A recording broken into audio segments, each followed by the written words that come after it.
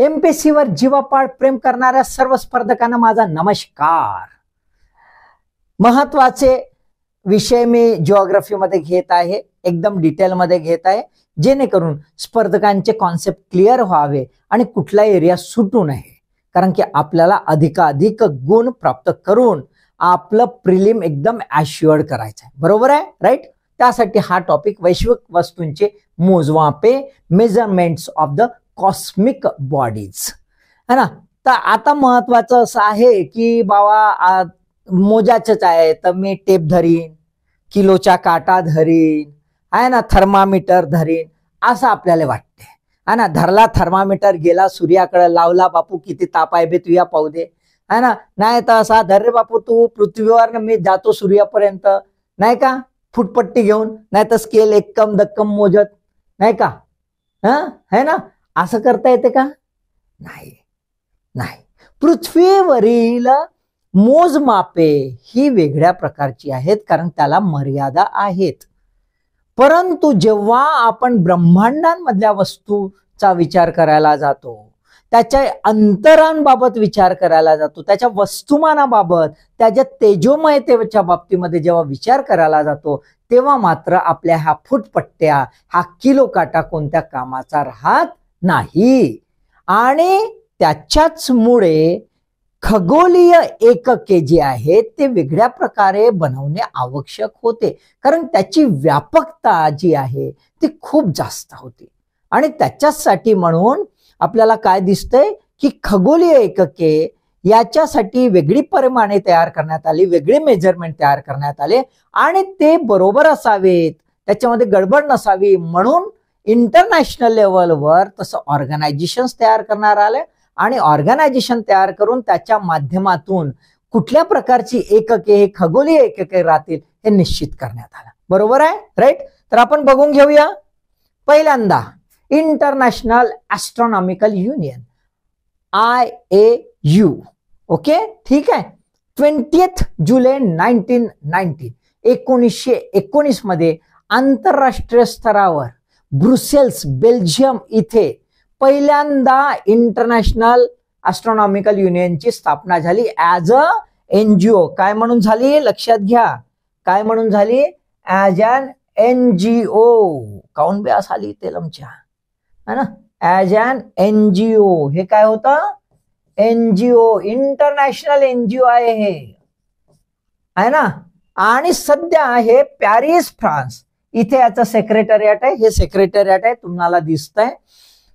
याच्यामध्ये 102 देश जे आहेत त्या देशांतील इंडिव्हिज्युअल आणि ऑर्गनायझेशन, म्हणजे नेशन्सच्या वतीनं पार्टिसिपेट करणारे आणि इंडिव्हिज्युअल्स, व्यक्ती याच्यामध्ये सहभागी आहेत, म्हणजे सभासद आहेत। भारतामधून इंडियन नॅशनल सायन्स असोसिएशन जे आहे ना, इंडियन नॅशनल सायन्स असोसिएशन हे काय आहे? हे सभासद आहे, ठीक आहे। आणि हे डिसाइड करतं, आणि यांनी 1976 ला एक बेसिक जे युनिट आहेत खगोलीय ते निश्चित केले, ते बघून घेऊया आपण। बघा है ना, 1976 ला मग त्यात अपडेट होत गेला आतापर्यंत, पण हे बेसिक आहे खगोलीय एकके। 3 एकके आपल्याला इथे दिसतात, एक आहे वेळ, दुसरं आहे वेळ, दुसरं आहे वस्तुमान, आणि तिसरं आहे लांबी, म्हणजे टाइम, मास अँड लेंथ। तर टाइम जो आहे तो D, हा जो आहे युनिट आहे, सिम्बॉल आहे D फॉर डे, दिवस। दिवस किती आहेत तिथे तुम्हाला दिसतंय, लक्षात घ्या, 86,400 सेकंद, 86,400 सेकंद। पाठ करायचा आहे काही गोष्टी, लक्षात घ्या, ठीक आहे। त्यानंतर वस्तुमान जे आहे कसं मोजलं जातं, त्याचं युनिट आहे M आहे ने छोटा सन लिहिलाय, किंवा ऑब्लिक मध्ये मी इथे दिलाय M नाही, गोलाकारला आणि टिंब दिलाय। हा सिम्बॉल आहे सनचा, हा काय आहे? सिम्बॉल आहे सनचा।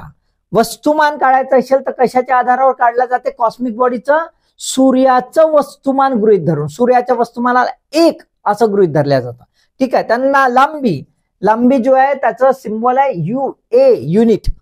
तो कसा मोजला जातो? तर त्याचा आधार आहे माध्यगती म्हणजे main motion of the cosmic body आणि केपलरचा तिसरा सिद्धांत, या दोघांचं मिक्सचर करून जे काही येईल ते लेंथ साठी वापरल्या जाते, लांबीसाठी वापरल्या जाते. आणि त्याच्यासाठी जो स्थिरांक वापरतात, कॉन्स्टंट ज्याला म्हणतो स्थिरांक, तो आहे गॉसियन ग्रॅव्हिटेशनल कॉन्स्टंट. तो काय आहे? गॉसियन गुरुत्वीय स्थिरांक. ठीक आहे, राईट. एवढी माहिती असणं आवश्यक आहे. चला बघूया आता आपण प्रत्यक्षात की मेजरमेंट जे करायचे आहेत ते किती कोणत्या अँगलने. पहिला आहे ॲस्ट्रॉनॉमिकल, पहिला आहे ॲस्ट्रॉनॉमिकल डिस्टन्सेस, म्हणजेच काय? खगोलीय, काय आहे? खगोलीय अंतर. खगोलीय अंतर आपल्याला असं दिसतंय की हा सूर्य आहे आणि इथे कुठले तरी तिसऱ्या नंबरची आपली आहे ना पृथ्वी. तर हे आपण अंतर मोजतोय, मग इथेही मोजतोय, इथेही मोजतो. हा 1 2 3 रे बाबा, 4 आणि 5 रे बाबा, असं आहे ना, मोजत मोजत जातो ना आपण, जातो ना असं की बाबा सूर्यापासून पृथ्वीचं अंतर, सूर्यापासून बुध, सूर्यापासून मंगळ, सूर्य करत जातो आपण, बरोबर आहे. मग पृथ्वीपासून हे असं मोजतोय ना. तर अंतर मोजायचं आहे, खगोलीय अंतर मोजायचं आहे. दुसरं आहे ॲस्ट्रॉनॉमिकल डायमेन्शन्स, आकारमान जे आहे, आकारमान आपल्याला मोजायचे आहेत, है ना. आकारमान मध्ये आपण काय मोजूया? तर आपण याचं वस्तुमान जे आहे, वस्तुमान, आणि त्याचा परीघ, परीघ एखाद्याचा परीघ जे आहे ते मोजूया, म्हणजे रेडियस मोजूया. रेडियस आणि मास आपण बघून घेऊया कशा प्रकारे मोजल्या जाते. त्यानंतर ल्युमिनसिटी म्हणजे तेजोमयता, तेजोमयता. तर तेजोमयता ही कशामुळे येते? तर आपल्याला असं दिसते तेजस्वीपणा किंवा तेजपणा म्हणजे ब्राईटनेस. तर ब्राईटनेस आणि ल्युमिनसिटी काय लिंक आहे, आणि एक्झॅक्टली ब्राईटनेसचा कसा लिंक केला जातं ल्युमिनसिटीला, आणि त्यावरून ल्युमिनसिटी कशी कॅल्क्युलेट केल्या जाते ते आपण बघून घेऊया आणि त्याची परिमाणे सुद्धा बघून घेऊया. एक एक बघूया. पहिलं खगोलीय अंतर, डिस्टन्स, है ना. तर आपल्या इकडे आपण अंतर मोजायचं तर कशात मोजतो? अंतर मोजायचं तर कशात मोजतो? तर आपल्याला दिसते आपण मिलीमीटर, है ना, सेंटीमीटर, मीटर, किलोमीटर, है ना. त्याच्या पलीकडे आहे का काही? काहीच नाही. आता हे किलोमीटरनं मोजायला गेला तर लई हाल होते, अत्यंत वाईट परिणाम दिसून येतात कॉस्मिक याच्यावर, कारण की मोजता येत नाही, कारण शून्य किती लावायचे रे भाऊ काही समजत नाही. मग हे शून्य वगळून टाकायचे, म्हणून हे आलं की नाही लक्षात. तर पहिला आहे खगोलीय एकक, ॲस्ट्रॉनॉमिकल युनिट, है ना, ॲस्ट्रॉनॉमिकल युनिट. दुसरा आहे प्रकाश वर्ष, लाईट इयर. तुम्ही म्हणाल सर हे तर वर्ष हो, हा वर्ष म्हणला तर काय टाइम मोजायचा हो ना, ती इथं कुठं तर अंतर घेऊन बसले तुम्ही, है ना. तर हा थोडासा मिसनॉमर आहे ना. प्रकाश वर्ष म्हणजे वर्ष आहे पण प्रकाशाचं नाव आहे, है ना. तर ते आपण बघून घ्या. हा जरी वाटत असला वेळेशी रिलेटेड, पण हा वेळेशी नाही, हा कशाशी रिलेटेड आहे? अंतराशीच रिलेटेड आहे. त्याच्यानंतर एक पारसेक आहे. काय आहे? पारसेक. पार आणि सेक दोन शब्द आहेत मिळाले, पार आणि सेक. ठीक आहे, आलं लक्षात. हे तीन आपल्याला पाहायचे आहेत. इथे आपल्या फुटपट्ट्या चालणार नाही, टेप चालणार नाही, तर त्याच्यामुळे हे तीन नवीन आपण प्रकार पाहणार आहोत. कोणासाठी? कॉस्मिक बॉडीचे अंतर मोजण्यासाठी. म्हणजे पृथ्वीवरून सूर्य किती दूर रे बाबा, पृथ्वीवरून मंगळ किती दूर रे बाबा, आणि पृथ्वीवरून दिसतात तारे ते किती दूर रे बाबा, ते तपासासाठी. ठीक आहे. तर आता पहिल्यांदा पाहून घेऊया आपण ॲस्ट्रॉनॉमिकल युनिट, है ना. ॲस्ट्रॉनॉमिकल युनिट म्हणजे सूर्य पृथ्वी माध्य अंतर. हे कसं आहे? सूर्य पृथ्वी माध्य अंतर, है ना. मेन डिस्टन्स काढलेला आहे. काय काढलेला आहे? मेन डिस्टन्स काढलेला. तुम्हाला माहित असेल मेन डिस्टन्स कसं काढते तर, है ना. आपलं माहित आहे पृथ्वी कशी फिरते सूर्याभोवती. तुम्ही ना गोल गोल नाही, गोल गोल नाही. आपण कोणते विद्यार्थी आहो? भूगोलाचे. आपण सध्या भूगोलाचे. मग आपण गोल फिरते बा असा डायरेक्ट शब्द असा वापरा, प्रिसाइज वापरायचा आहे. तर कसा? लंब गोल फिरते. म्हणजेच कसा? आपला सूर्य भाऊ इथं आहे मधात हा सूर्य भाऊ आहे. ए रे बापू तू मधात राय बापू, कारण सूर्य केंद्रित सिद्धांत नंतर सिद्ध झाला म्हणून है ना. आणि आमची पृथ्वी जी आहे ही अशी फिरते. कशी फिरते? अशी फिरते. इथं ये रे बाई सूर्य कुठं गेलीस तर असं, हा हे इथं अशी आणि हे असं घ्या इथं अशी, है ना. बरोबर आहे, राईट. आता हे काय झालं? हा सूर्य झाला आणि हा सूर्यापासूनच आपल्याला काय दिसतंय? हे एक अंतर, बरोबर आहे, पेरिहेलियॉन म्हणजे जवळचे अंतर, आणि हे दूर एपिहेलियॉन दूरचे अंतर, बरोबर आहे. तर आता आपल्याला काय दिसते? जर आपण आता हा इथून इथं सूर्य तर इथं आहे आमच्या, आता याचा मध्य काढायचा, याचा काय काढायचा? मध्य काढायचा. आणि याचा मध्य काढून आपण हा जो आहे हा डिस्टन्स इथपासूनचा इथपर्यंत हा डिस्टन्स जो आहे that is called as a main distance. That is called as अ, याला काय म्हणतो? मध्य अंतर असं आपण म्हणतो. हा माध्य अंतर आपल्याला गृहीत धरायचा आहे. हा काय धरायचा आहे? माध्य अंतर गृहीत धरायचा आहे. आणि तो म्हणजेच आपण म्हणतो ऍस्ट्रॉनॉमिकल युनिट. आता इन जनरल आपण त्याला दुसऱ्या शब्दात म्हणूया की पृथ्वीपासून सूर्य किती दूर आहे. काय म्हणूया? पृथ्वीपासून सूर्य किती दूर आहे. तर मग किती दूर आहे? तर ते जे काढलं that is called as a sun earth mean distance. त्याला आपण काय म्हणतो? सूर्य पृथ्वी याचा माध्य अंतर. तर आपण ऍव्हरेज काढलाय. काय काढलाय? हे काय काढलं आहे? ऍव्हरेज, सरासरी काढलाय. सरासरी काढलाय है ना, दोघांचं मिळून सरासरी काढलाय. ते किती आलाय? 1.496 इंटू 10⁻11 मीटर. लक्षात घ्या, 11 मीटर असं लक्षात घ्या. हा हे बघा 11 मीटर, कारण की मीटर नाही म्हटलं तर गडबड होईल. किलोमीटर म्हटलं तर आकडे 3 काढावं लागतील, 3 आकडे काढावे लागतील, म्हणजे 3 शून्य उडवावं लागतील. तर इथे बघा अंदाजे आहे. हा सिम्बॉल म्हणजे काय आहे? हा अंदाजे आहे. Near to equal, near to equal, बरोबर आहे.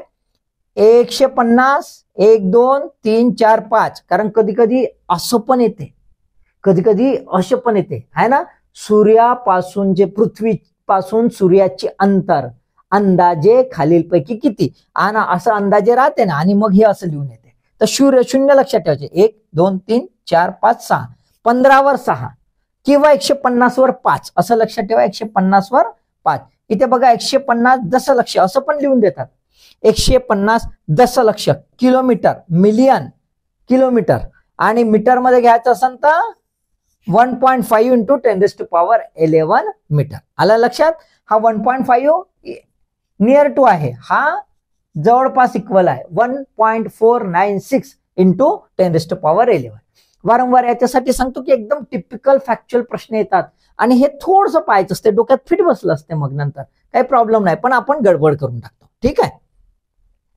त्याच्यानंतर आपण बघूया प्रकाश वर्ष. तुमच्यातला कोणी असेल प्रकाश, त्याचं वर्ष किती वाया गेलं हे नाही विचारायचं आहे ना, किंवा वर्षभरात किती तीर मारले हे नाही विचारायचं आहे. हा आपला प्रकाश म्हणजे आपला लाईट है ना. जिकडे तिकडे लाईटच लाईट, मायावरही पडत आहे चांगला लाईट है ना. तो लाईट जो आहे तो परते असा धावते म्हणजे आजपर्यंत आपला पैकी एकही माणसानं अशी मशीन बनवलं नाही की त्या लाईटासाठी धावन. बरोबर आहे. आपण नुसत्या बुलेट ट्रेनच्या याच भरोश्यावर नुसत्या फुसारक्या मारतो ना, बरोबर आहे. जगातला एकही माणूस तिथपर्यंत आता पोहोचला नाही. त्यात पोहोचला तर तो काय होईल? लाईट म्हणजे फॉर्मलेस होऊन जाईल असं म्हणलं जातं. काय होईल? फॉर्मलेस होऊन जाईल. बरोबर आहे. असो, तर एका वर्षात प्रकाशाने कापलेले अंतर. प्रकाश वर्ष म्हणजे काय? प्रकाश ज्या गतीनं पडते तो वर्षभर पडत आहे आमचा एकाच याच्यानं. आपण तर कसे धावतो मग हापायला लागतो, ते धावतो हापेच नाही, तो पडते आमचा. तर तो जो निरंतर पडताय एकदम कॉन्स्टंट स्पीड आहे. आपल्यासारखी आहे का अशी? दमतात लमचे. आजकाल तर हे फुकून फुकून तर काही विचार नका, चालणं बी नाही जेव्हा, नाही का. तर त्याच असं नाही, तो ना फुके ना काही नाही आहे ना. त्याच्यामुळे तो एकदम कॉन्स्टंट स्पीड आहे त्याची, कॉन्स्टंट स्पीड आहे. तर त्याची कॉन्स्टंट स्पीड न तो पळत आहे आणि एका वर्षात जे अंतर कापलं आहे त्यानं, ते टोटल डिस्टन्स, एकूण अंतर, the total distance of light covered within a year, एका वर्षामध्ये प्रकाशाने कापलेले एकूण अंतर, लक्षात घ्या, एकूण अंतर, जे म्हणतात त्याला प्रकाश वर्ष. बरोबर आहे, राईट. आता हे कशासाठी लागते? आधी तर आम्ही ऍस्ट्रॉनॉमिकल युनिट काढलो होतो, काय प्रॉब्लेम होता का? तर ऍस्ट्रॉनॉमिकल युनिटची आपली मर्यादा आहे, कारण ते अंतर कुठपासून कुठपर्यंत आहे? मेन डिस्टन्स आहे पृथ्वीपासून सूर्याचं, बस एवढंच. आता हे किलोमीटर मध्ये आपण काढलं, खूप झालं किलोमीटर मध्ये, आता त्याच्यावर नाही आहे. मग आता ऍस्ट्रॉनॉमिकल युनिट मोजायचं तर ते आपल्याला सौरमंडल जे आहे, सौरमंडल जे आहे त्या सौरमंडलामधले ग्रह किती दूर आहेत, बघ तेवढं शक्य आहे. आता ग्रहाच्या पलीकडे एखादा तारा आहे खूप दूर, आता त्याला मोजायचं आहे, तर हे किलोमीटर कामाचं नाही, कारण किलोमीटर देऊ किती शून्य, तिथंच तर आधी पडले होते 11 शून्य, पडले होते ना 11 शून्य. आता ते 11 शून्य पडले आणि इथं जर 25-30 पडले तर काय शून्य मोजत राहू? तसं नाही व्हायला पाहिजे. म्हणून त्याच्यापेक्षा ऍडव्हान्स आपण काढलं काय, एका वर्षात प्रकाशाने कापलेले अंतर. हे कशासाठी? तारे आणि तारका मंडलांचे अंतर मोजण्यासाठी. कशासाठी आहे? तारे आणि तारका मंडल. आणि पहिलं वालं कसं होतं ऍस्ट्रॉनॉमिकल युनिट, कशासाठी होतं? सौरमंडलातील अंतर मोजण्यासाठी. दोघांमधला फरक लक्षात घ्या. ऍस्ट्रॉनॉमिकल युनिट हे सौरमंडलातील अंतर मोजण्यासाठी, आणि प्रकाश वर्ष हे आहे पृथ्वीपासून तारे आणि तारकापुंज किंवा तारका मंडळ यांचं अंतर मोजा, कारण ते अमाप दूर आहेत, खूप अति दूर आहेत. बरोबर आहे, ठीक आहे. आता हे किती? तर 1 लाईट इयर. आता 1 लाईट इयर किती आहे? 9.46 इंटू 10⁻12 किलोमीटर. प्रकाश एका वर्षात किती अंतर कापते? 9.46 इंटू 10⁻12 किलोमीटर. म्हणजे याच्यावर 12 शून्य, 9.46 ले 12 शून्य लावायचे आहेत, इतके शून्य त्याच्यावर पडणार आहे. बरोबर, एका वर्षात. आता ते कसं काढलं जातं ते पाहूया, म्हणजे ते महत्वाचं आहे. आधी काय करतो आपण? 1 लाईट इयर काढायसाठी वृत्तीय वर्ष पकडतो. काय पकडतो? वृत्तीय वर्ष, म्हणजे ट्रॉपिकल इयर. ट्रॉपिकल इयर म्हणजे काय आहे की सूर्याचं दक्षिणायन आणि उत्तरायण हे जे एक कंप्लीट होते, इक्विनॉक्सचं है ना, कंप्लीट होते, त्याला आपण काय म्हणतोय? एक वृत्तीय वर्ष म्हणतोय. ते आपलं 365 दिवस तास तर ते धरून घ्यायचं. किती? इथे कशामध्ये मोजलेलं लक्षात घ्या, सेकंदामध्ये घेतलेलं आहे, है ना. कशात घेतलं आहे? सेकंदामध्ये घेतलं आहे. सो इथे 3.156 इंटू 10⁻7 सेकंद पाठ करायचा. वृत्तीय वर्ष असं विचारू शकतात. 3.156 इंटू 10⁻7 सेकंद, ठीक आहे, इंटू. आता प्रकाशाची गती किती रफ्तारनं पडते आमच्या? 3 इंटू 10⁻5 किलोमीटर पर सेकंद. एका सेकंद मला कसा होते हा?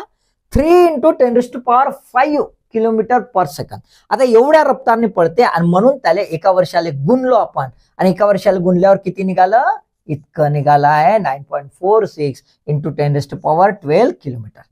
याला दुसऱ्या याच्यात बघितल्या जाते. इथं किलोमीटर आहे, इथे मीटर बघितल्या जाते. आता किलोमीटर जर 12 असेल तर त्याला काय करायचे? 3 शून्य ऍड करायचे, म्हणजे किती? 15 झाले. हजारानं मोजावं लागेल ना, त्यामुळे 3 शून्य ऍड करायचे म्हणजे मीटर झाला. आणि जर आपल्याला ऍस्ट्रॉनॉमिकल युनिट, कारण की लाईट इयर हे त्याच्यापेक्षा ऍडव्हान्स आहे, जास्त आहे, त्याच्यामुळे आपण काय करूया? ऍस्ट्रॉनॉमिकल युनिट सुद्धा त्याचं कॅल्क्युलेट करूया. ते किती आहे? 6.323 इंटू 10⁻4 ऍस्ट्रॉनॉमिकल युनिट. हे पण पाठ करून घ्यायचं. 6.323 इंटू 10⁻4. आता बघा हे कमी झाले ना, शून्य कमी झाले. मीटर मध्ये मोजला तर लक्षात आलं का? किलोमीटर मध्ये मोजला तर मग ऍस्ट्रॉनॉमिकल युनिट वापरणं सोपं आहे, आणि ऍस्ट्रॉनॉमिकल युनिट आपण पाहिलं आहे मीन डिस्टन्स. बरोबर आहे, ठीक आहे. कॅल्क्युलेशन साठी वापरलाय, लक्षात घ्या. आता आपण बघूया पारसेक. पारसेक काय? ताऱ्यांचा समांतर कोन 1 सेकंदने असेल. काय म्हणतो तो, distance at which the star would have a parallax angle of 1 second. म्हणजेच काय, तर हे बघा इथे काढून दिलेलं आहे. कसं काय, तर हा सूर्य आहे, ही पृथ्वी आहे आणि हा तार आहे, ज्या ताऱ्याचं इथून ऑब्झर्वेशन करायचं आहे. तर हा जो कोण आहे 1 आर्कचा, हा जो कोण आहे हा कितीचा असेल, 1 आर्क सेकंदचा असेल. कितीचा असेल, 1 आर्क सेकंदचा असेल. तर त्याला आपण पारसेक अंतर म्हणतो. म्हणजे इथपासूनचं इथपर्यंतचं आपण गृहीत धरलं ते झालं 1 पारसेक. कुठून ऑब्झर्व केलं, पृथ्वी. इथं जाऊन बसला का आपण, नाही तर तुम्ही म्हणाल आमच्या इथं कसा गेला बे तो, इथं नाही जाऊन बसला. इथून याच्या दृष्टिकोनातून पाहायचा आहे आणि म्हणून हा अँगल काढलाय. हा अँगल काढला म्हणून डिस्टन्स इथपासून मोजायचा आहे 1 पारसेक. लक्षात आलं का, ठीक आहे, क्लिअर, ठीक आहे. आता 1 सेकंद म्हणजे किती, 1⁻³ डिग्री इतका होते, एवढा मोठा होते, ठीक आहे, राईट.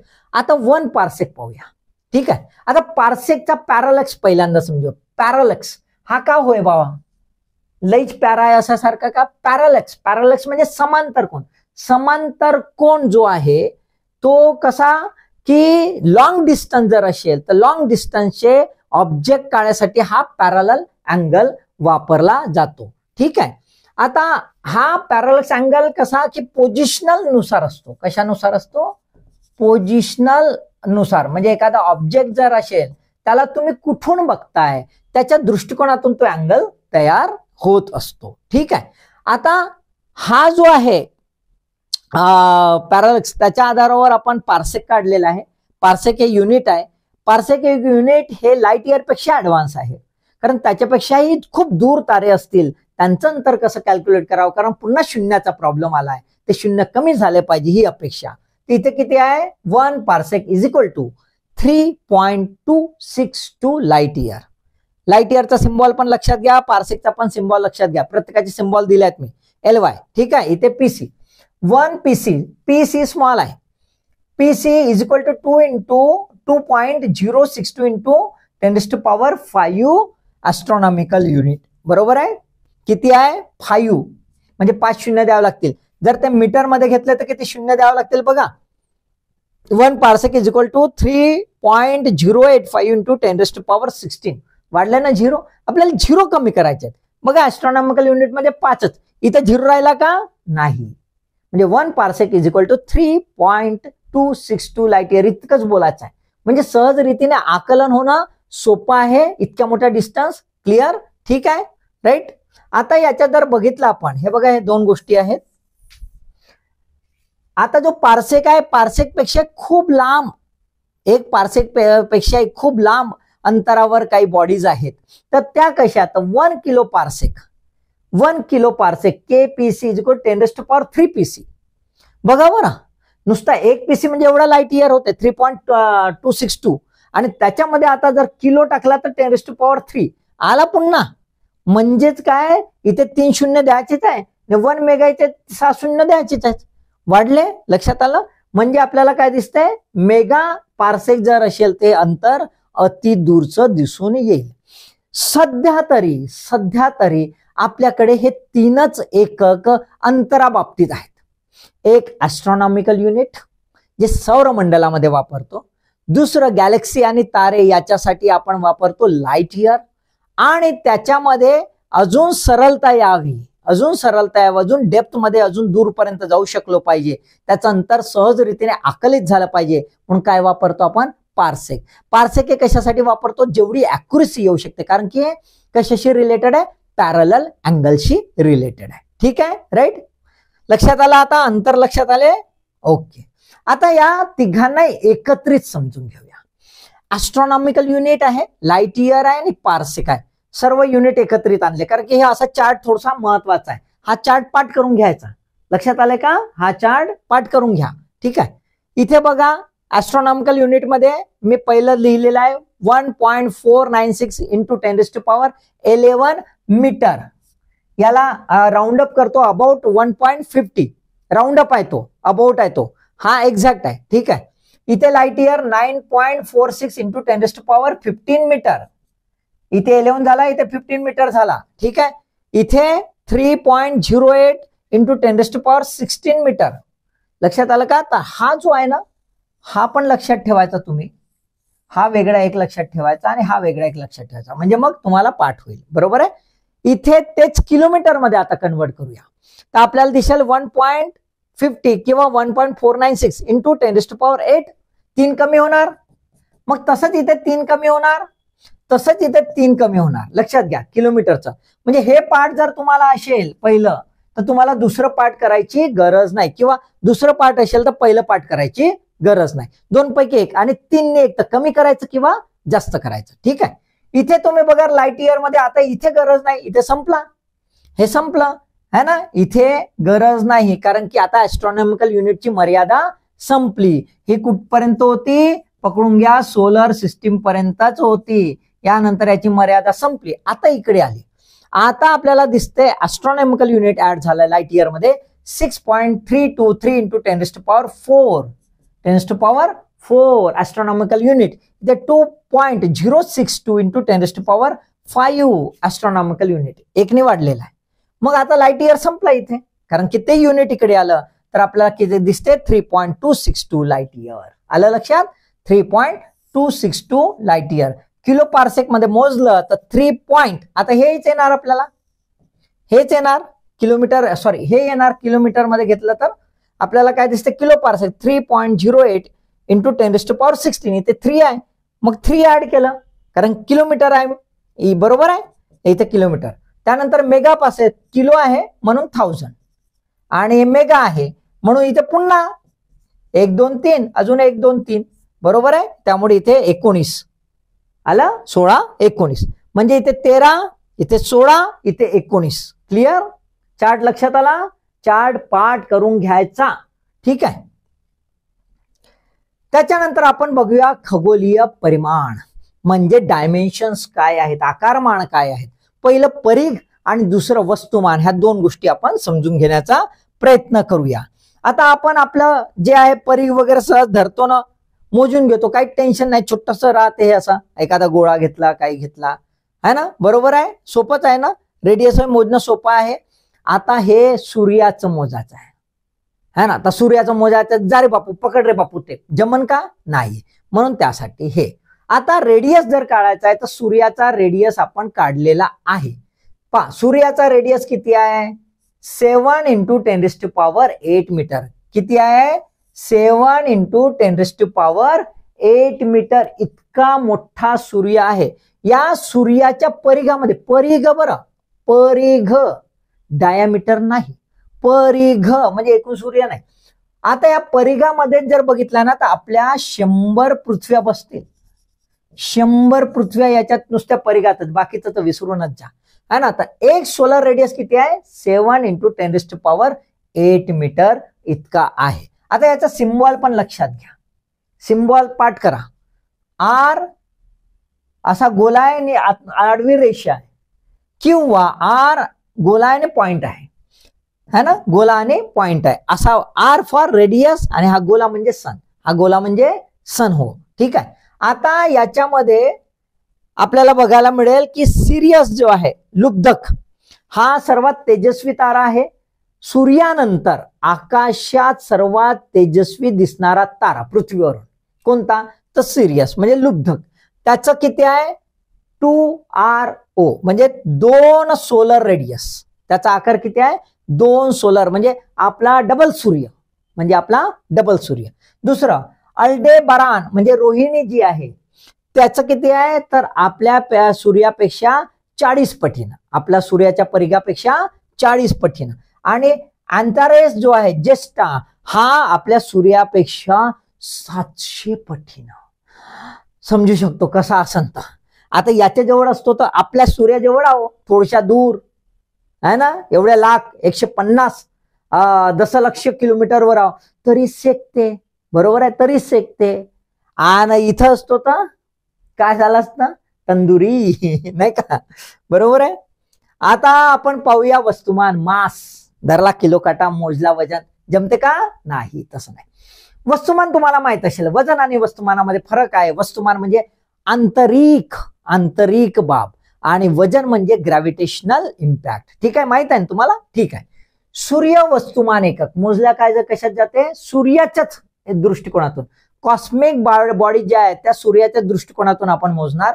सोलर मास युनिट मोजल्या जातं. सिम्बॉल आहे एम, तिथे रेडियसचा आर, इथे मासचा एम, एम डॅश गोल्यामध्ये किंवा एम गोलामध्ये पॉइंट. वन सोलर मास किती आहे, 2 × 10⁻² 30 किलोग्राम. 2 × 10⁻30 किलोग्राम.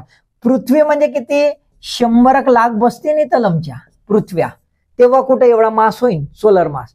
म्हणजे आपल्या 100 लाख पृथ्व्या तर एक सूर्य आणि त्याच्या कितीतरी पट असे मोठे मोठे सूर्य म्हणजे तारे आपल्याला दिसून येतात. आता आकाशगंगा जर बघितली तर किती आहे, 10 अंदाजे म्हटलाय 10⁻11. म्हणजे असे शून्य काढायचे, 1 2 3 4 5 6 7 8 9 10 11 रे बाबा. एवढं जे आहे एवढं आकाशगंगा आहे, एवढं त्याचं वस्तुमान आहे. ठीक आहे. आणि गोलांकृत पुंजके म्हणजे आकाशगंगेमध्ये वगैरे जे गोलांकृत पुंजके असतील, मी सांगितलेलं आहे कंपोनंट्स ऑफ द गॅलेक्सी, गॅलेक्सीचे जे घटक आहेत, भाग आहेत, त्याच्यामध्ये सांगितलेलं आहे. तो व्हिडिओ पाहिला का, तो पाहून घ्या. त्याच्यामध्ये सांगितलं आहे गोलांकृत पुंजके हे काय, ग्लोबुलर क्लस्टर्स काय असतात. आता आपल्या आकाशगंगेमधल्या ग्लोबुलर क्लस्टर्स त्याचं किती आहे, 10⁵ to 10⁶ मास ऑफ द सन एवढं आहे. म्हणजे बाकीचे काय उरले आहेत तर माहित नाही आमचे, आहे ना. ठीक आहे, आलं लक्षात, पाठ झालं. चला पुढे, है ना. आता एक सुंदर कॉन्सेप्ट आहे चंद्रशेखर मर्यादा, है ना, चंद्रशेखर लिमिट. सुब्रमण्यम चंद्रशेखर जे खगोलशास्त्रज्ञ होते भारताचे, त्यांनी एक शोध लावला आणि ते असे म्हणाले की कुठलाही व्हाईट डॉग जो आहे म्हणजे पांढरा बटू जो आहे त्याचं वस्तुमान 1.4 सूर्य वस्तुमानापेक्षा राहू शकत नाही. 1.4 सूर्य वस्तुमानापेक्षा राहू शकत नाही. जर त्याच्यापेक्षा अधिक झालाच तर त्याचा जो ग्रॅव्हिटेशनल फोर्स आहे तो काय करेल, त्याला खाऊन टाकेल. तो काय करेल, त्याला खाऊन टाकेल, गळंगृत करेल, खतम, फिनिश, असा बूम इम्प्लोड होऊन जाईल. बरोबर आहे. तर त्याला टिकायचं असेल, त्याचा डिजनरेटिव्ह एलिमेंट टिकायचा असेल तर तो याच्यापेक्षा वर जाणार नाही. म्हणजे व्हाईट डॉफ तोपर्यंत राहील, नंतर व्हाईट डॉफ हा संपुष्टात येईल. ठीक आहे. आता आपण बघून घेऊया हे काही असे सहज तुमच्यासाठी पाठ करायचे. मी हे कम्युनिटीच्या याला पण टाकून देईल, तुम्ही थोडं लक्षात द्या. ठीक आहे. सन आहे ना, त्याचं डिस्टन्स पण ऍस्ट्रॉनॉमिकल युनिट माहितच आपल्याला. रेडियस, असं सहज शेंबडा प्रश्न विचारतात बरं. सूर्यचं डिस्टन्स काय, तर 1 AU 2 AU. आपलं वाटतं एवढंच, एकच कसं असन बे, आमचं 200 तर असन आमचं, आणि मग बैताळासारखं काम करतो, है ना. रेडियस 1च राहील. अरे बाबा सूर्याचेच वस्तुमान मोजतात ना, मास बी सूर्याचेच मोजतात ना, म्हणून 1 राहील. ठीक आहे. अर्थचं काही घेणं देणं नाही. इथूनच तर मोजतो ना आपण. अंतर मोजायचं कुठून अंतर आहे, जिथं आपण असू तिथं. सूर्यावर आहो का आपण, नाही, मग आपल्या इथून मोजणार, त्यामुळे डिस्टन्स नाही. मग इथं रेडियस पाहिलं तर पिटुकला आमच्या सेंबड्या सोंबड्या पहा ना, 0.01. आणि तरी आमच्या आपण धरतीला मासतो ना, है ना. तिला बेचारीला सगळं एवढूशी आहे पिटुकली, एवढूसा जीव, आणि तिच्यावर हे सत्यानाश करून ठेवतो आपण. आणि तिला चांगल्यानं फुलवा ते जमीन आहे आमचं. आणि इथं 10⁻⁶. बापरे. मग ज्युपिटर तर पाहिला तर खतरनाक बाबा. 4 ऍस्ट्रॉनॉमिकल युनिट, 5 U फ्रॉम द सन पासून अजून दूर, आपल्यापासून 4. मग 0.1. मग इथं 10⁻³ लार्जेस्ट प्लॅनेट, हा माहित आहे, सगळ्यांनीच माहित आहे ना. प्रोक्झिमा सेंटॉरी आहे ना, हा आहे बाबा किती दूर, 1.3 पारसेक आहे. पारसेक, AU नाही. आता AU संपला. AU कुठं संपते, सौरमंडलात AU संपते. मग तिथून लाईट इयर, पण हा लाईट इयर बी नाही, त्याच्यापेक्षा पारसेक आहे. मग 0.15 RO आहे. 0.12 हे आहे mass of sun. Nearest star, हा कसा आहे लक्षात घ्या, कसा स्टार आहे भाऊ, नियरेस्ट स्टार आहे ना, आपल्यापासून सर्वात जवळचा. सिरियस, बघा दोघांमधले फरक, प्रॉक्झिमा सेंच्युरी जवळचा. सिरियस ए सर्वात ब्राईट, आपल्या इथून सूर्यानंतर सर्वात जास्त ब्राईट स्टार जर असेल तर तो सिरियस ए, बरोबर आहे. आणि Sirius B first star identified as a white dwarf, पहिला तारा आपल्याला माहित झाला जो व्हाईट डॉर्फ म्हणून. त्यानंतर अँटारेस जो आहे सुपर जायंट स्टार म्हणतात त्याला, अँटारेसला. ठीक आहे, काही सहज तुम्हाला माहित असावे, नॉलेज असलं पाहिजे. जीके पण आहे हा, ऍक्च्युली थोडाफार जीके आणि थोडाफार जनरल स्टडीज याच्यामधला आहे. दोघांमध्ये फरक असतो बरं, जनरल स्टडीज आणि जनरल नॉलेज, सांगेल मी एखाद्या वेळेस. ठीक आहे, त्याच्यानंतर बघूया तेजोमयता, है ना, खूप महत्वाचं आहे तेजोमयता. आता ही तेजोमयता म्हणजे ल्युमिनिसिटी आहे, त्याला पाहायला सर्वात महत्वाचं आपण ब्राईटनेस जे आहे म्हणजे तेजस्वीपणा, तो आपल्याला पाहायचा आहे. तेजस्वीपणा दोन प्रकारचा असतो, आपल्या ते असते तेजस्वीपणा. काही लमचे असे समोर आले की वाटते काय माणूस असून बाबा, ब्रिलियंट, खतरनाक, आणि मग लक्षात येते शेंबूड बी पुसता येत नाही त्याला, है ना. आणि एखादा असा झांबल्या झुमल्या येते असा करत बा चाल बाजूला, मग दिसते तो सायंटिस्ट हो का नाही, बरोबर आहे. बिलकुल असाच आहे इथं. जो जवळ समोर करते ना तो हुशार वाटते, तसंच इथं जो समोर करते तो ब्राईट वाटते. आता दूरवर असन बिचारा, तर तो कुठं प्रकाश पाठवत बसन तुमच्यापर्यंत, नाही का, म्हणून तो आपल्याला वाटते असा मंदावलेला आहे. तर तसं काही नाही, दोन प्रकारचं ब्राईटनेस आपल्याला पाहायचं आहे. आणि ल्युमिनोसिटी कोणत्या आधारावर मोजायची ते आपण समजून घेऊया. प्रथमतः ब्राईटनेस दोन, एक आभासी ऍपरंट, एक आभासी ऍपरंट, आणि दुसरं आंतरिक इंट्रिन्सिक, आतमधूनच आहे, स्वतःतून आहे, मूळ आहे आणि जे दिसायला आहे, बरोबर आहे. ठीक आहे, तर आभासी अभिमिती म्हणजे अपरंट मॅग्निट्यूड हा याचा आधार आहे. आणि तो कसा की जी ब्राईटनेस आहे जवळ असेल तर जास्त ब्राईट, दूर असेल तर कमी ब्राईट, तर ती आहे आभासी म्हणजे फील झालेली.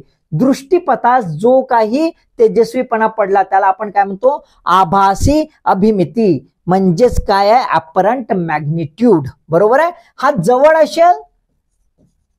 असेल तर ब्राईट असेल, आणि याच्यानुसार दूर असेल तर फेंट असेल, बरोबर आहे ना, राईट. पण दूर आहे म्हणून तो फेंट आहे असं नाही, की फार लांब आहे म्हणून फेंट दिसतो, पण त्याची तीव्रता जास्त राहू शकते. हा प्रत्यक्षात निरपेक्ष अभिमिती जी आहे म्हणजे ज्याला आपण म्हणतो ऍब्सोल्यूट मॅग्निट्यूड, तो कशासाठी काढला जातो, इंट्रिन्सिक ब्राईटनेस साठी काढला जातो. आणि याच्यासाठी आपल्याला काय करावं लागते, त्याच्या ब्राईटनेस सोबतच तो किती अंतरावर आहे ते गृहीत धरावं लागतं. कारण त्याचं अंतर जर फार जास्त दूर असेल तर ब्राईटनेस आपोआप कमी होईल. दोघांना मिळून आपण काय तयार करतो, इंट्रिन्सिक मॅग्निट्यूड, म्हणजे त्याला ऍब्सोल्यूट मॅग्निट्यूड किंवा इंट्रिन्सिक ब्राईटनेस करतो. ठीक आहे, आणि हे जे इंट्रिन्सिक ब्राईटनेस आहे ते इंट्रिन्सिक ब्राईटनेस म्हणजेच आपण काय म्हणतो, तेजोमयता, ल्युमिनोसिटी. ओके, बघा आता ह्या आभासी अभिमिती जी आहे अपरंट मॅग्निट्यूडच्या आधारावर सेकंड BC मध्ये है ना, हिप्पॅकस जो आहे त्या हिप्पॅकसने आभासी अभिमितीच्या आधारावर मॅग्निट्यूडचा बँड तयार केला आणि 1 to 6 स्केल तयार केले, 1 to 6. आणि पहिलं मॅग्निट्यूड 1 ला आणि असे 6 कप्पे केले, म्हणजे 2, 3, 4, 5 आणि 6. आणि जेवढ्या काही तारे आहेत त्या ताऱ्यांचं त्याने वर्गीकरण केलं आणि त्याने म्हटलं फर्स्ट मॅग्निट्यूड म्हणजे लेस मॅग्निट्यूड असेल तर तो ब्राईटेस्ट झाला, आणि हाय मॅग्निट्यूड असेल म्हणजे 6 मॅग्निट्यूड तो लिस्ट ब्राईट म्हणजे मोस्ट फेंट असा झाला. आणि त्याच्या आधारावर त्याने सांगितलं की बाबा सूर्य अत्यंत तेजस्वी आहे आणि बाकीचा तारा हा कमी तेजस्वी आहे असं त्यांनी सांगितलं.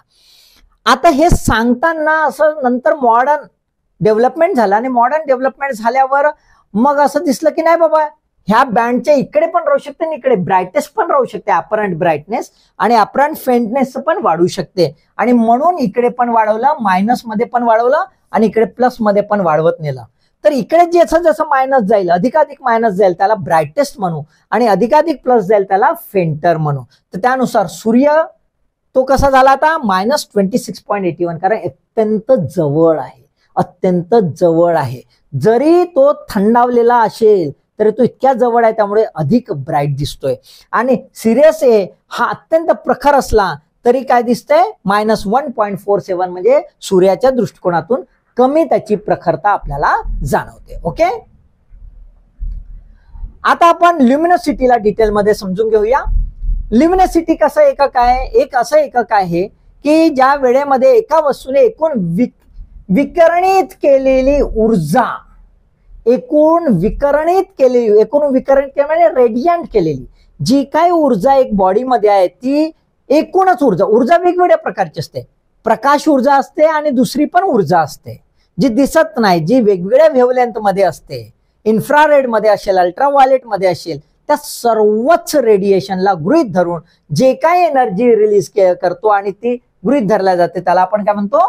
ल्युमिनोसिटी. ठीक आहे. त्यामुळे ती संपूर्ण ऊर्जा आलेली आहे, ती टोटल आली. आणि ब्राईटनेस मध्ये काय झालं?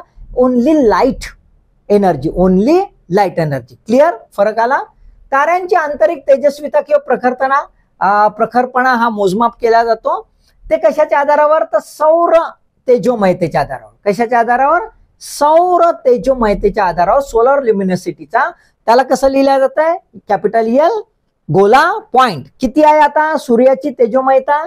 दी सन ल्युमिनोसिटी 4 × 10⁻24 वॅट है ना. 440 का झटका लगता है भाई. तर असा धुडुंग होते माणूस. आता याचा झटका किती लागल? 4 × 10⁻24 वॅट. आता वॅट म्हणला का जास्तच होऊन जाते, मग तो आपण काढतो सीजीएस सिस्टीम मध्ये, अर्ज मध्ये जेव्हा काढतो आपण तर किती? 4 × 10⁻33 अर्ज. इन जनरल यातले जे डिस्टन्सेस आहेत किंवा मापक आहेत ते सीजीएस सिस्टीम मध्येच वापरले जातात आणि त्याचं कन्व्हर्शन आपण एमकेएस मध्ये पण करू शकतो. आता वेगवेगळ्यांची तेजोमयता आपण ब्रीफली बघून घेऊया. ठीक आहे. मिल्की वे किती आहे? 10⁻11. एलो लक्षात ठेवायचा, हा सगळीकडे एलो लागण. म्हणजे आपल्या सूर्यासारखे किती गोले मारायचे आहेत? 11 गोले मारायचे का भाऊ? एक घेतला असा सूर्याने 1 2 3 4 5 6 7 8 9 10 11. मग एकम दम शतम, हजार, 10,000, लक्ष, 10 लक्ष, कोटी, 10 कोटी, 100 कोटी, 1000 कोटी, 1 लाख, 1 लाख कोटी एवढे सूर्य म्हणजे आहेत तेवढे सूर्य. बरोबर आहे. ठीक आहे. आता अंदाज हो त्याच्यापेक्षा जास्त राहू शकते. त्यानंतर Proxima Centauri 5.3 × 10⁻⁻6. Alpha Centauri A 1.5. Alpha Centauri B 0.45. त्यानंतर आहे बर्नार्डचा स्टार 4.5 × 10⁻⁻4. आणि उल्फ म्हणून नावाचा एक तारा आहे 359 2.1 × 10⁻⁻5. ठीक आहे. काही यातले आकडे तुम्हाला पाठच करून ठेवायचे आहेत जे एककांचे आहेत. काही ताऱ्यांच्या बाबतीमधले काही आकडे जर माहित असतील तर फारच छान. थोडा अंदाज ठेवायचा, कोणता तारा काय ते पण विचारू शकतात, अशा या प्रश्न येतात. त्याच्यामुळे हा थोडासा एक फॅक्च्युअल एक कॉन्सेप्च्युअल असा हा व्हिडिओ आहे. मला वाटतं हा सर्व व्हिडिओ तुम्हाला समजला असेल. फॅक्ट्सकडे थोडं लक्ष द्या, काळजीपूर्वक लक्ष द्या, त्याचे नोट्स ठेवा, वारंवार त्याला पहा. घोकणपट्टी करण्यापेक्षा वारंवार पहा, डोक्यात फिट बसेल. काळजी करायची नाही. का तर पूर्ण पाठ झालं पाहिजे असं नाही. उत्तर समोर आलं की आपोआप आपल्याला उत्तर माहित होतं, आपल्या डोक्यात फिट असतं. त्यामुळे टेन्शन घ्यायचं नाही. लाईक करायचं, शेअर करायचं, दोस्त वाढवा, दोस्त बनवा, रिझल्ट द्या, मेहनत घेताच आणि मेहनतीसाठी नेहमीच माझा ऑल द बेस्ट.